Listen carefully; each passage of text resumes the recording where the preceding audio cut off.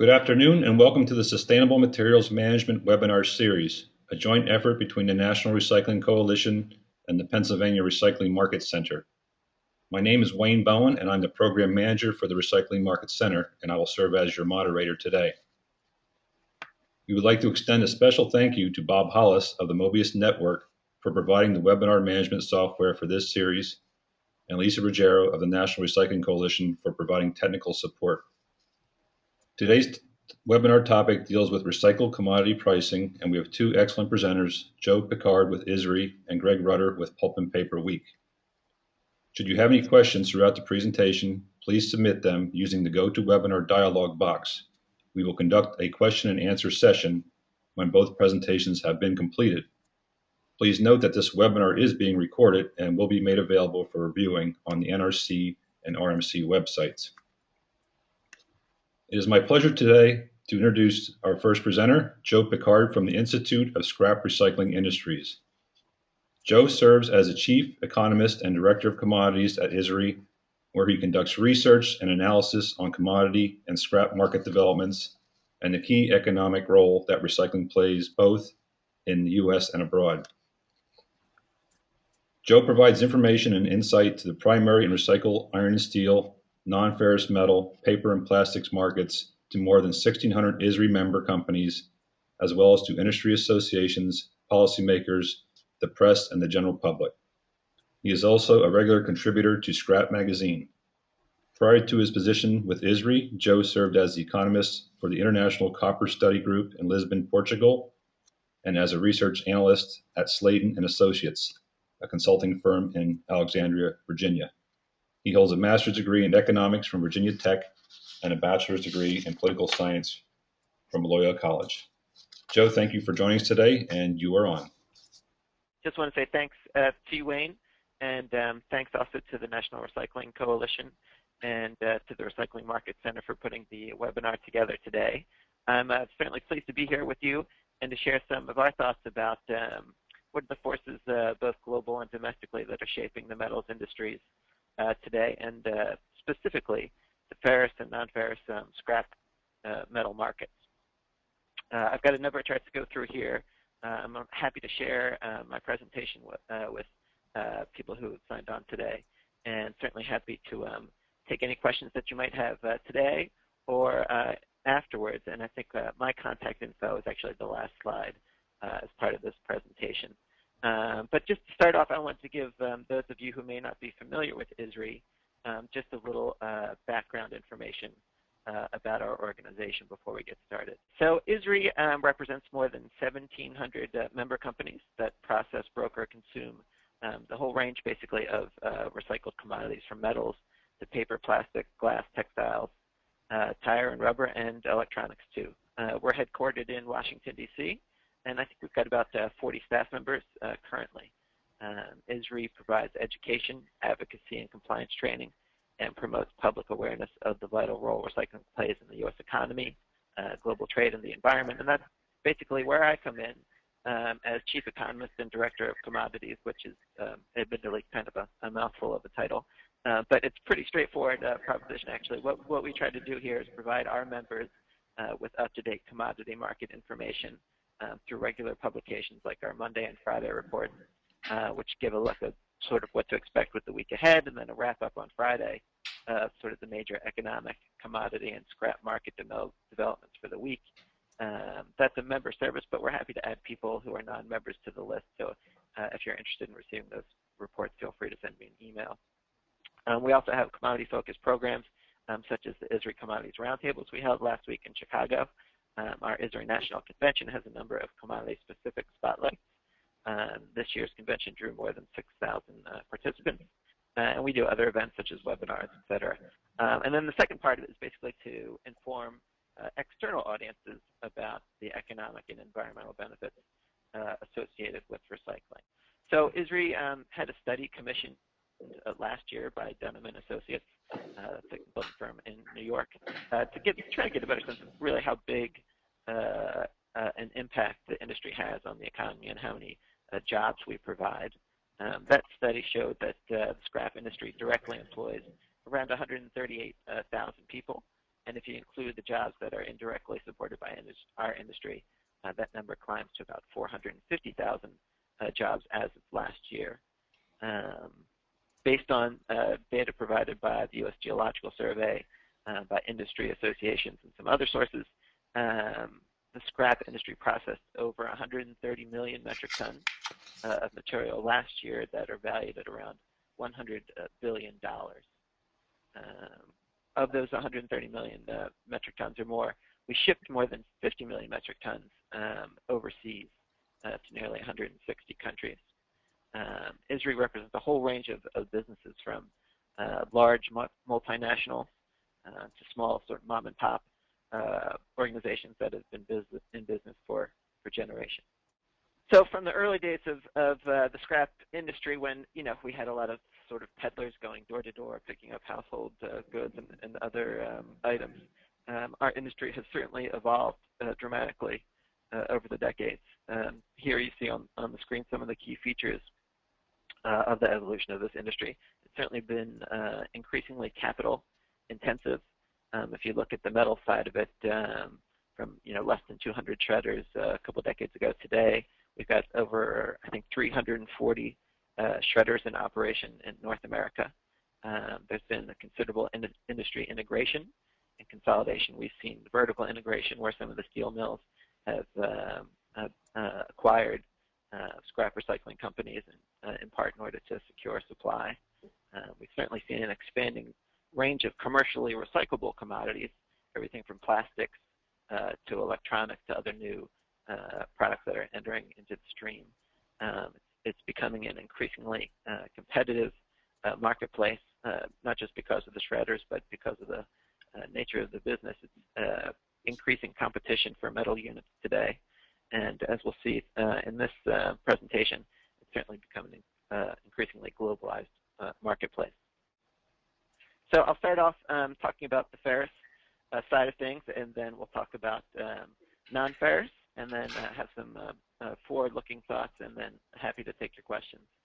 Just looking at ferrous, we'll do a quick industry overview, look at some of the main market drivers, supply and demand, the relationship between steel and scrap prices, the relationship between scrap pricing and manufacturing, domestic versus overseas demand, and then the global marketplace. Next slide, please. So, quick overview about the ferrous scrap industry. In the U.S. last year, we processed about 74 million metric tons of ferrous scrap. The value of that ferrous scrap purchased both here and exported overseas, we estimate at a little over $35 billion. Obsolete ferrous scrap is recovered from old end-of-life products like automobiles, steel structures, household appliances, railroad tracks, etc., whereas prompt scrap is generated from industrial and manufacturing sources. USGS estimates that for the ferrous scrap, 58% of it came from obsolete, 20% from prompt, and 22% from home scrap last year. That home scrap is both produced and consumed typically at the same mill, so it doesn't really touch our industry, so we don't tend to include that in our scrap industry statistics. So both obsolete and prompt scrap are processed by the recycling industry in the commodity grade material. Typically that accounts for about 60% of the total raw steel produced in the U.S. Additionally, we export ferrous scrap to 90 countries worldwide.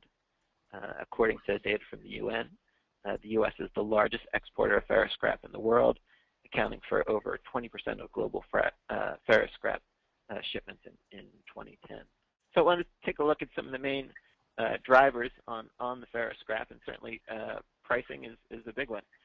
Prices provide the incentive to bring material to the market. We see here how the relationship between the average annual price here, the number one heavy melting steel, and the total amount of purchased U.S. ferrous scrap has evolved from 2007 through 2011. Certainly scrap also competes against iron ore, direct reduced iron, and other metal inputs. And the price of scrap and those scrap substitutes do tend to move together. But certainly higher scrap prices provide the incentive to increase supply. And the U.S. is the major supplier of ferrous scrap. to the world today. And one of the reasons we are such a large supplier is because of basically the supply that we have in place today, which is thanks in part to our significant manufacturing base and developed economy. So we've got a large inventory of ferrous scrap in place, in addition to the prompt scrap that's continually being generated by manufacturing. Here you see on the screen are the results from a study that ISRI commissioned to get a better sense of the obsolete scrap inventory. That study showed that at the end of 2009, ferrous scrap inventory, which is scrap that is available at prevailing sort of economic and market conditions, that inventory stood at nearly 1.2 billion tons at the end of 2009. So as a result, the U.S. supply of ferrous scrap is more than adequate to meet both growing demand for scrap at home and overseas, which is what we saw last year, where domestic consumption of scrap went up, exports of scrap went up, but we saw relatively stable pricing levels, albeit certainly at an elevated level. So here we see just the recent trend in domestic demand and production. USGS data show that domestic ferrous scrap consumption increased to 56 million metric tons last year, and total apparent steel consumption rose to 91 million metric tons. Of that 56 million of domestically consumed ferrous scrap, the data showed that the majority of it was consumed at electric arc furnaces, accounting for 44.5 million tons, followed by basic oxygen process steelworks at nearly 9 million tons, and blast furnaces at 2.3 million tons. And as indicated, the competition for scrap is certainly going up. Now, historically, there's been a clear correlation between steel prices and ferrous scrap prices. Here we see the relationship between number one, bush links, the line in red, as reported by Scrap Price Bulletin, and hot rolled coil prices, the line in blue, as reported by Steel Business Briefing. Over the course of this past summer, we saw heightened price volatility, which has been variously attributed to the glut of iron ore production worldwide by steel mills and some scrapyards keeping sort of leaner inventory levels in the aftermath of the recession. Certainly overproduction at Chinese steel mills has a global impact. And perhaps some of the inefficiencies in the market that saw prices for prime grades actually trading at a discount to obsolete grades over the summer. Of note, steel is usually quoted in dollars per short ton, 2,000 pounds. Ferrous scrap typically quoted in dollars per gross ton. So this is somewhat intuitive, I think. This is the relationship between U.S. manufacturing and the ISRI scrap index.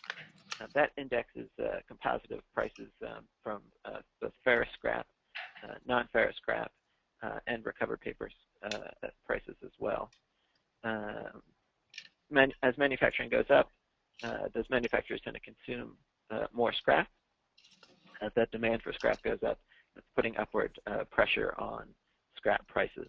And I think coming out of the recession, we saw manufacturing in general and sort of certainly automobile production sort of leading the way out of the recession. But lately, we've seen some mixed reports on U.S. manufacturing. Last week, the Federal Reserve reported that industrial production contracted 1.2% in August. The manufacturing component of that IP number was down 0.7%. We've seen PMI numbers signaling contraction in the last couple of months, and some regional manufacturing reports that are showing signs of weakness too. So we've actually seen a little bit of discrepancy between the two series, but that's certainly happened in the past. Over the longer term, we would expect a return to the norm. I'll talk in just a minute about how the marketplace for ferrous scrap is becoming more global, but I wanted to touch base on one important thing to remember, and that's the primary consumer for ferrous scrap for the U.S. scrap processing industry is still domestic. Now, certainly, we're shipping more and more overseas, and I think the containerization ferrous scrap has allowed us, even some of the inland scrap yards, to ship overseas. But of the ferrous scrap that gets processed here 70% of it still gets consumed at home, whereas the balance, about 30% of it, gets shipped overseas. But having said that, overseas demand is certainly becoming increasingly important. Last year, we exported 22.7 million tons of ferrous scrap. That's not including stainless and some of the specialty alloys. That's a 21% increase year on year. By value, the increase was even more dramatic, jumping 40% to $10.4 billion. By grade, shredded shipments are one of the most important categories. They were up 13%. Heavy melting steel, number one, HMS, was up 43% by volume to over 8 million tons. Last year, Turkey was again the largest overseas buyer. I think most people, when they think of the biggest overseas consumers of scrap, they think of China. For most commodities, that's true. On the ferrous scrap, it tends to be Turkey, followed by China, Taiwan, South Korea, and India. Here you see a nice chart that's provided by the Bureau of International Recycling, which shows those overseas shipments. These include the stainless and alloys by major destination. And again, I'm happy to share this presentation with others who might like a copy. But the overall globalization of the market, I think, really shows up in this next slide. And this shows not just the U.S., but the total volume of ferrous scrap exports from all countries from 1990 to 2011, with data provided by the UN Comtrade database. So in 1990, the total volume of all ferrous scrap exports from all countries was a little over 9 million metric tons. Just over 2 decades later, that increased by more than tenfold. In 2011, we saw global exports of nearly 98 million metric tons. So that's from 9 million in 1990 to 98 million last year. Pretty dramatic. And a presentation about steel and ferrous scrap wouldn't be complete without a look at China. And figures show that of the more than 680 million tons of steel produced in China last year, which is a staggering figure to begin with, only about 90 million tons, or 13%, was supplied by scrap, as compared to Western producers, where that figure is typically around 55 to 60% scrap as a percentage of steel output. If you look at scrap imports in China as a percentage of total steel output, that's even smaller, coming in at 6.8 million tons, or just 1% of steel output. So I think there still exists tremendous potential for expanded Chinese ferrous scrap consumption. While domestic scrap generation already supplies the majority of ferrous scrap consumed in China, import demand is based not only on available supply, but also on pricing and regional trade. For example, if you look at the U.S., which is by far the largest exporter of ferrous scrap, we still imported over 3 million tons of ferrous scrap last year. Okay, so those are the ferrous highlights. Now we'll take a look at the non-ferrous market drivers. Okay, so just a quick overview of the non-ferrous scrap markets. Non-ferrous metals, including aluminum, copper, lead, nickel, tin, and zinc, are among the few materials that don't degrade over time. So the capacity for them to be recycled is basically infinite. While in terms of volume, non-ferrous scrap makes up about a quarter of the total quantity of material recycled in the U.S. By value, non-ferrous scrap, including precious metals, accounted for nearly 70% of total U.S. scrap recycling in terms of earnings last year. That in part is a reflection of the ramp-up in precious prices last year. In 2011, more than 9 million metric tons of non-ferrous scrap was processed in the U.S. From a wide array of sources. Non-ferrous scrap is then consumed by secondary smelters, refiners, ingot makers, foundries, and other industrial consumers in the U.S. and more than 100 countries worldwide.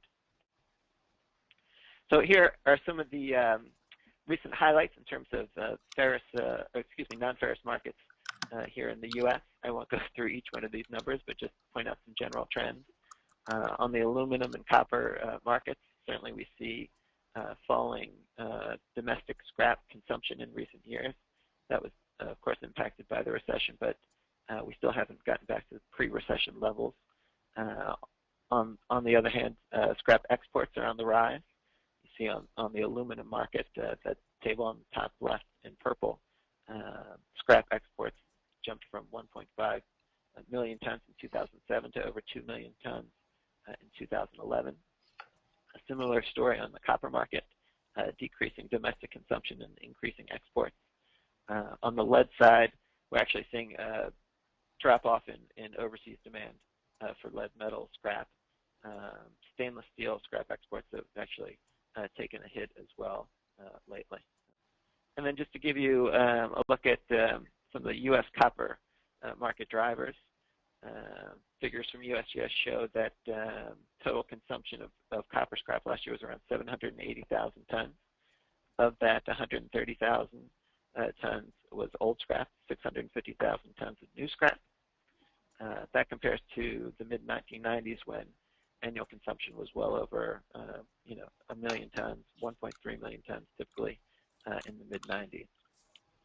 This also shows the breakdown of where this copper scrap is being consumed domestically. Brass and wire rod mills, the vast majority, followed by ingot makers, foundries, and refineries. So as compared to years past when copper prices could move typically only a couple of cents over the course of a whole year, copper prices today can easily move 10 to 15 cents per pound on any given day. Copper scrap is often priced as a discount to the most actively traded COMEX copper's future contract. And here you see prices do tend to move in tandem, although the spreads between refined copper and copper alloy scrap certainly do move over time. And for very brief periods, high-quality copper scrap has traded at a premium to refined copper, but that's not the norm. As copper scrap movements are dominated by conditions really in the refined market, scrap dealers have minimal control over where prices go. And so they're widely considered to be price takers, especially on the sell side. So this is the global refined copper market fundamentals. There's a lot going on in this slide, but basically figures from the International Copper Study Group show that global refined copper usage has increased from around 15 million tons worldwide 10 years ago to about 20 million metric tons today. China is obviously a big part of that increase, and today accounts for about 40% of world refined copper usage. In this chart, the red line is showing copper prices, and the shaded areas below are the inventories, including stocks at the exchanges of producers and consumers. And typically they move in opposite directions. Certainly as inventories shrink, in other words, as demand outstrips supply, prices tend to go up. It's been less pronounced, that relationship, in recent months. One potential reason is that ICSG data don't count unreported Chinese stock movements, which can be significant and have been the series of a number of press articles this year. But certainly China is a huge player. So this chart demonstrates just how big a role China plays in terms of overseas demand for U.S. copper and copper alloy scrap. From 2000 to 2011, the total value of U.S. copper scrap exports jumped from $500 million to nearly $5 billion. That's from 2000 to 2011. As a portion of that, copper scrap exports to China jumped from $165 million to nearly $3.5 billion last year, and this is according to Census Bureau data. And we see a similar story on the aluminum scrap exports. We've seen a simultaneous surge in overall aluminum scrap exports. This includes used beverage containers, remelt scrap ingot, and other aluminum scrap. Simultaneous overall increase, and from China as well. 2011, we shipped about 576,000 metric tons. Of that, China accounted for 23% of overseas demand. Last year, that figure increased to 2.14 million tons overall, and China accounted for 67% of overseas demand for U.S. aluminum scrap. So China is certainly a big determinant in terms of overseas demand for scrap, for non-ferrous especially. And Chinese buyers certainly are sensitive to movements in refined copper prices. So copper scrap and refined copper are substitutes for one another, both at the smelter and refinery level, but also at the semis manufacturers. So this chart shows that as refined copper prices go up, so goes Chinese demand for scrap, because when refined copper prices become elevated, copper scrap becomes that much more attractive as a substitute for refined. So those are, sort of the big fundamentals, I think, for those two markets. Moving on to sort of the non-fundamentals, if we can look at the next slide, please. Certainly, the role of investment funds and speculators is a subject of much dispute in terms of how big of an impact the funds have on moving prices around. I think if you ask most economists, and certainly almost all exchange representatives, they'll tell you that the studies that have been done show that there's really no quantifiable relationship between speculative interest and sustained higher commodity prices. I think most consumers that I talk to of scrap and of non-ferrous metals say that market fundamentals used to be the most important determinant of prices, and today they're amongst the least important. And I think if you ask people who are trading the metal today, they don't really care too much about delving too deeply into the underlying analysis. They say the price is the price is the price, and that's what you're going to have to deal with. The LME is for those of you who don't know, it's the largest exchange for the base metals. Copper is also traded in the U.S. At the COMEX. And just of note, back onto the ferrous, the CME group launched a ferrous scrap contract last Monday. It's a little too soon to tell whether that will catch on. But looking forward, to wrap up, some of the sort of macro trends we're looking at on the metals and scrap in general, that as virgin material prices increase, scrap becomes increasingly attractive. As societal concerns about sustainable supply become more pronounced, a greater emphasis is placed on the benefits of recycling. As expanding developing economies and ongoing urban migration prompts higher infrastructure investment, scrap becomes essential to meeting the growing global demand for raw materials.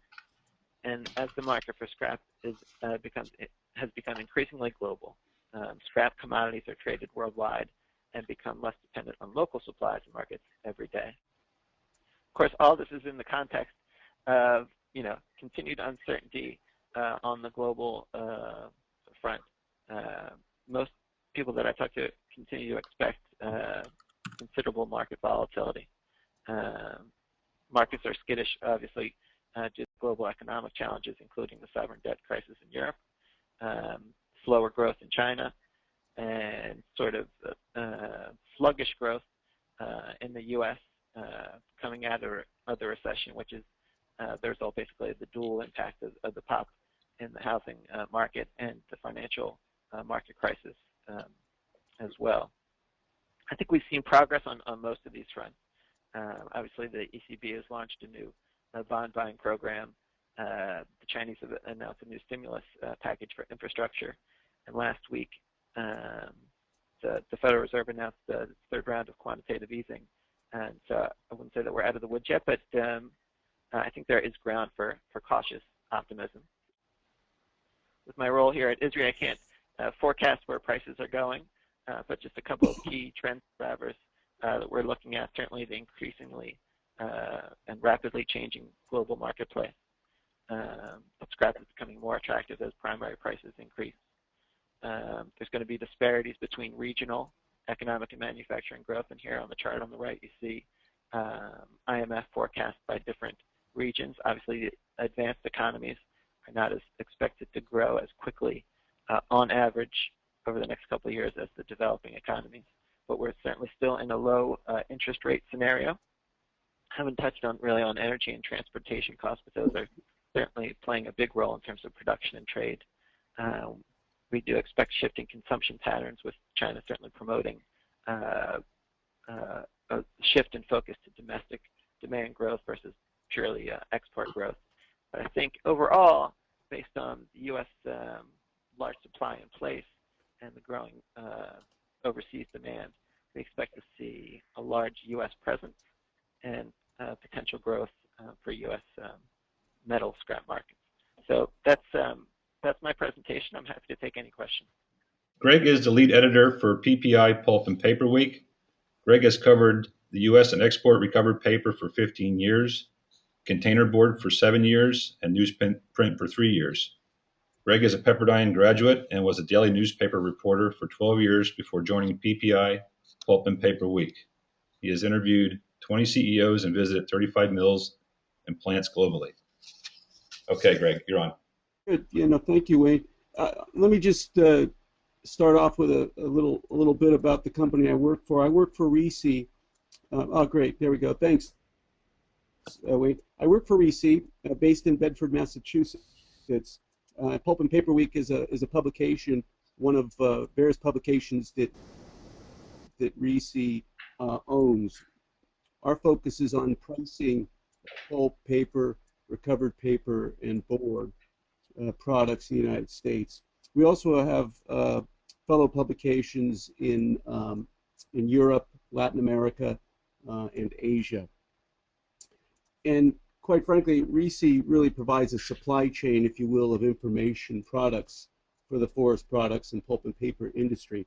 We've got conferences, we have economists who do monthly reports, we have the news and pricing, as I mentioned, and we also have a mill benchmarking system that looks at mills, pulp and paper mills around the world in terms of their costs.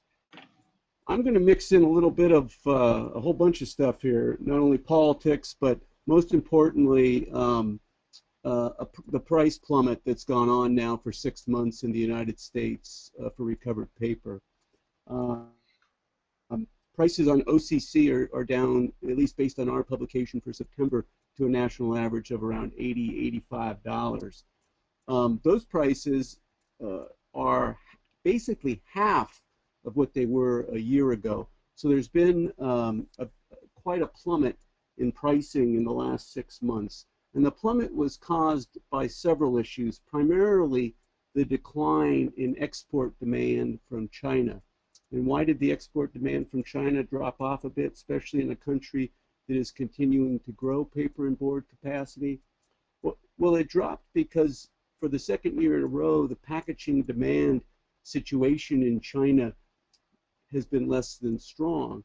And so as the mills there have taken some downtime and have not run as hard, it has meant that their decline for OCC on the board side has dropped. That was felt, of course, in the export market in terms of demand and affected pricing. Now, with that in mind, also in the United States at the same time, we've seen paper and board overall on a year-to-date basis that is down slightly versus where it was a year ago. So bottom line is that more recovered paper is not in demand either in the United States as of this point this year or in China, where the drop-off has occurred as well. So, there was the price fall in second half of 2011, then prices went up early in the year, and then over the last 6 months, they've declined. And the prices as they sit as of this month are basically the lowest in about 3 years, and half of what they were, as I mentioned before, a year ago. Big issue as it relates to where the pricing is today and where it might go is the possibility of an East Coast port strike. The talk is that this strike could possibly start on October the 1st. And what the wisdom from the folks in the market think is that the strike would last for a couple of days, basically shutting down shipments at 14 ports on the East Coast as well as the Gulf Coast. And then the U.S. government would step in and put in place a cooling off period. I don't want to get too technical, but basically put the port workers back to work and reopen the ports, and then have the two sides continue to negotiate either during the cooling off period or after, toward an agreement. An agreement that most likely, and here's where the politics comes in, again, would be worked out after the election.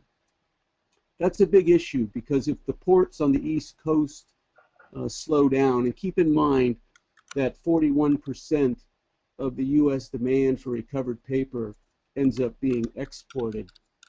Again, that would be quite an effect if those ports in the East are shut down. It would put pressure on the export market in terms of higher pricing, I would assume, because it would be harder to export tons. You wouldn't be exporting up the East Coast, and tons would all be forced to the West Coast. That's what is kind of expected. And then, of course, that would impact pricing up.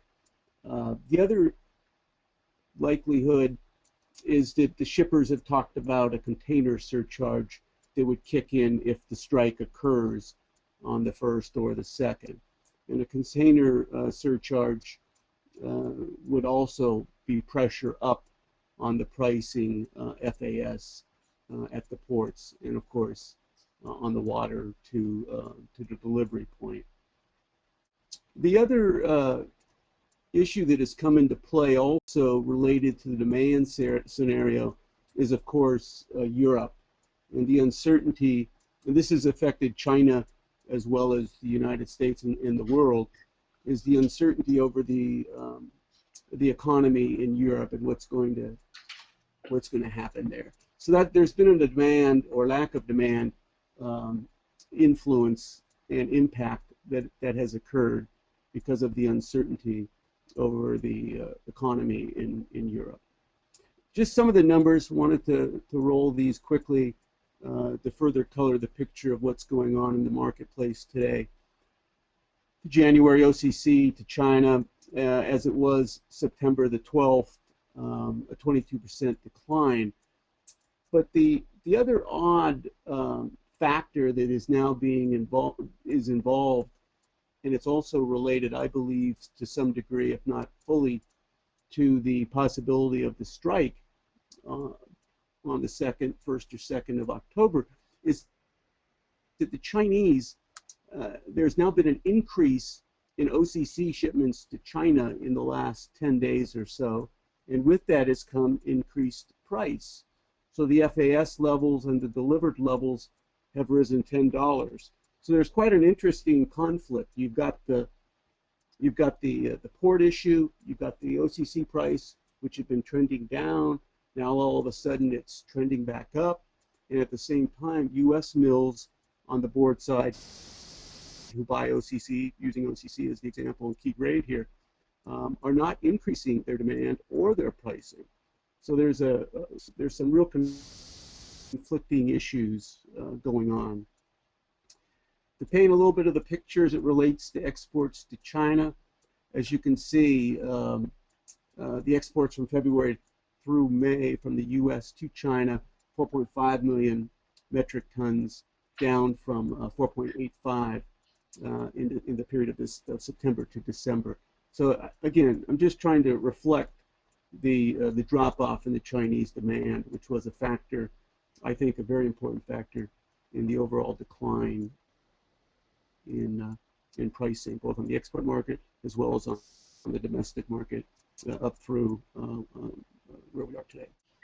As I've mentioned already, prices are basically half of what they were a year ago on OCC, and I've also included office paper there just as an example. This gives a even more specific look with the bulk grades mixed in number 8, and then also pulp sub envelope cuts in there, again showing the decline in the prices. And I've also estimated through year end, the estimate comes from talking with traders in the marketplace, folks who buy and who sell. And for example, what the market is generally saying, at least they said to me, was they expected possibly $10 more to fall out on OCC from the national average in September to December.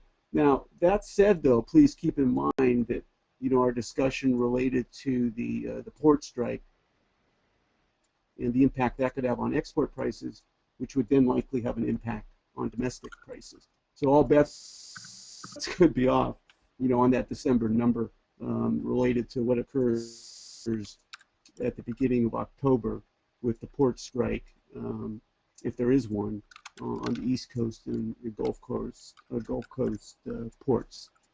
So mixed pretty much a hold. Number 8 looks like there's some more droppage there. OP a little bit down.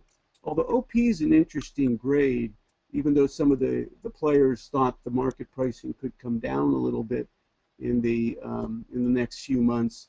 There are 2 recycled content mills that will be starting up in the tissue sector. Both of them will count fully on recovered paper. One is ST paper in Franklin, Virginia. They've converted an old International Paper uncoated free sheet machine to tissue paper. They're supposed to be starting up next month, about a month from now. And then also Wausau Paper is starting up a new machine in Harrodsburg, Kentucky. And that will run on, as I understand it, the inked pulp. And of course, the inked pulp is made from primarily office paper. So if you've got capacity from those 2 machines starting up, Wausau by year end and ST potentially by the middle of next month, those would be 2 new demand factors that would affect the marketplace to some degree as it relates to the pricing level. So the outlook is, all eyes, of course, are on Europe. They're also, of course, on China, and of course, specifically related to recovered paper on what will happen in the first week of October and how that will affect supply and demand and exports, and then how that will come back and influence the U.S. marketplace.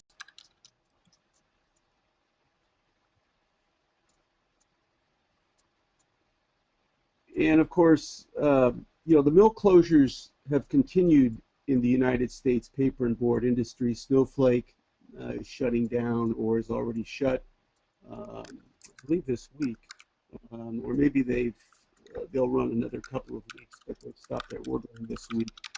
I'm not 100% on that. But anyway, as any of you who are suppliers in the marketplace, more important than ever to watch these days with those customers at the mills in terms of the closures. There continue to be a lot of dynamics going on in the kind of repositioning of the U.S. paper and board industry. Smaller mills that are being shut, and we've seen several examples of that this year.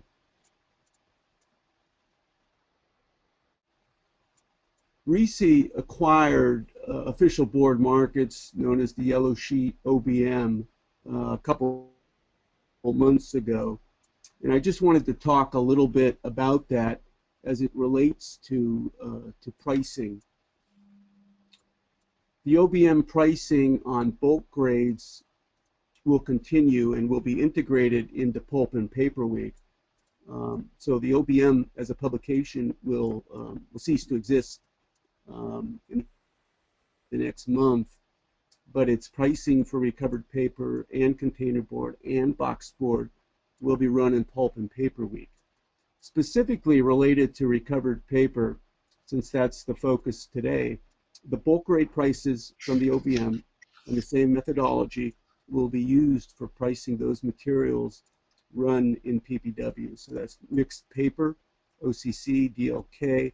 It also will include boxboard cuts and white blank news, and of course O&P number 8. The PPW prices that will be integrated into this one table that will start up in January of 2013 will be the high grades, the pulp subs, as well as coated groundwood sections and OMG. So this is the integration plan that we've worked out after talking with the marketplace over the last several months, and actually longer than that, to get a feel for what the market generally was looking for related to the integration of OBM and PPW. And most importantly, at least from my perspective, the integration goals, with recovered paper pricing, previously you had the OBM with one editor that did pricing, and you had PPW with one editor that did pricing of recovered paper. Now those two editors will work together, publishing the prices on the 5th of every month. And there's really going to be, as we see it, a checks and balances approach, meaning that 2 as 1 will be watching over the levels that is done by each of the editors.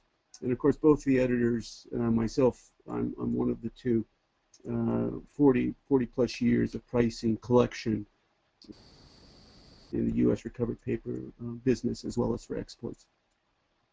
So just finally to confirm, from October through December this year, the OBM and PPW prices for recovered paper, all the prices from both, will run together in Pulp and Paper Week. But starting in January of 2013, there will be one price table with the grades that I discussed before. And again, no change in the price collection methodology. So I'll take any questions that you might have, and I thank you very much for your time, and I wish all of you good luck with your business. We're now going to field some questions from our presenters. Again, if you have a question, please enter them in the GoToWebinar dialog box on your screen. These questions are more than likely for Greg, so I'm going to start off. Do you think that the prices will begin to rise effectively after January? Well, but that's a tough one because, again, I think getting back to what happens in Europe is a key, and then also, how things play out in October related to China.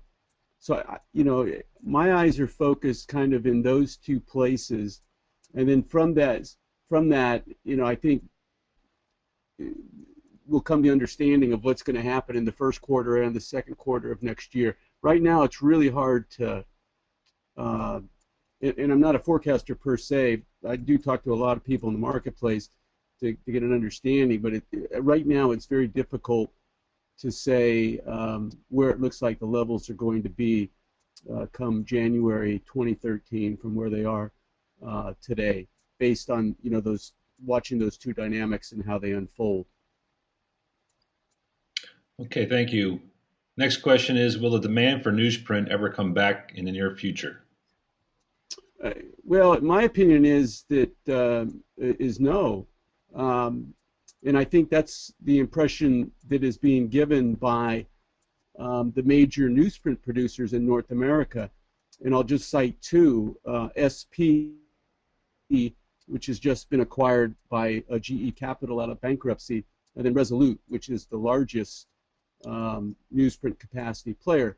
And what has Resolute just done recently? Well, it acquired Fibrec, which has a high-quality NBSK mill in Quebec, and then also has 2 de-inked pulp mills in the United States. So what Resolute has done is they've increased their play in pulp, while they've tried to, and their CEO has said this, while they're trying to manage newsprint as it relates to where it's going to go, and will the incremental decline continue, and for how long.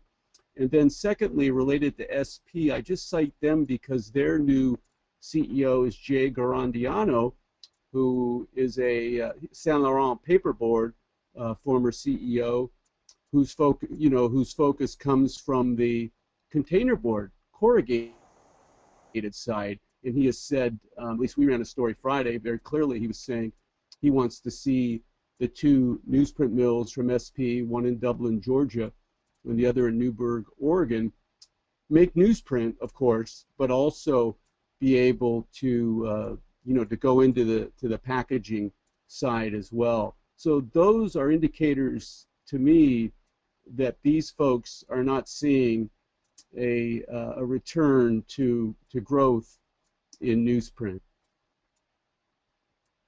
Okay. In North America. In North America. Okay, Greg. Next question is, are these permanent mill closures temporary or seasonal, or are they permanent? I guess that's a question. Are Well, they permanent yeah, or temporary? I'll just cite the three recent ones. Mohawk closed a mill in Ohio. That was permanent. Appleton, closed the West Carrollton base paper mill for thermal. That is permanent. And then, of course, Catalyst with Snowflake is permanent. So, yeah, what we're seeing is two things. One is the permanent shuts that I just cited. And we're also seeing downtime. And I heard about a lot of downtime again and have for the last couple of months where mills are taking kind of one contact described it as scattered shuts where a mill might they might have a machine down for maintenance for 4 days and it turns into 7 days and things like that. So again, with overall paper and board production in the United States down this year versus last year, and again it's just a slight reduction, there isn't a demand upside being seen by the mills if you look at the overall landscape of paper and board. So as a result, they're trying to monitor two things. One is their supply, and then two, most importantly, is their pricing for their end products. And so that's why we're seeing permanent shuts on the side where the demand shows little chance of coming back, which is on the graphic paper side. And then we're seeing downtime, at least I've been seeing that over the last few months as it relates to some of the other grades as well in the United States. Next question is, if Chinese manufacturing is subject to domestic demand and that from still shaky economies in the EU and the US and developing economies, how can they stimulate / jumpstart the global economy? Was the question focused on the Chinese? I'm sorry? Correct, yeah. If Chinese manufacturing is subject to domestic demand. Well, I mean, you probably saw that, the leader, one of the leaders in China talked about, putting some more, putting money in the economy. So, I mean, those are the kinds of things that will be a jump start, I think, when when there's stimulus money. The question is, really, when it all said and done, how sustained those kinds of stimulus packages can be. And then again, if you've got a region that is down, and I'm speaking of Europe as it relates to economics, the economies there, that can have an impact, of course, globally. So all the economies regionally need to be moving in a certain direction. And of course, China is an important indicator because so much is made there that is then sold around the world, whether it be shoes or toys or things like that. So. Okay, we've got a metal question and possibly also a paper. If scrap metal represents 70% of the value of all scrap exports, then what materials are second, third, fourth, and fifth? So that's the non-ferrous, right, which was the largest component in terms of value. After that, I believe it's ferrous, scrap, then recovered paper. I think plastic comes after that, and then we've got a mixture of other commodities after that. But certainly non-ferrous, ferrous, recovered paper, and plastic are the biggest ones. Okay. All right, I think that's it for our questions. Okay, again, thank you, Joe and Greg, for being our presenters today. As all our webinars, this one will be has been recorded and will be made available on the National Recycling Coalition and Recycling Market Center websites. Thank you again for joining us. We hope you will join us next month for our webinar scheduled Tuesday, October 16th at 1:30 Eastern Time.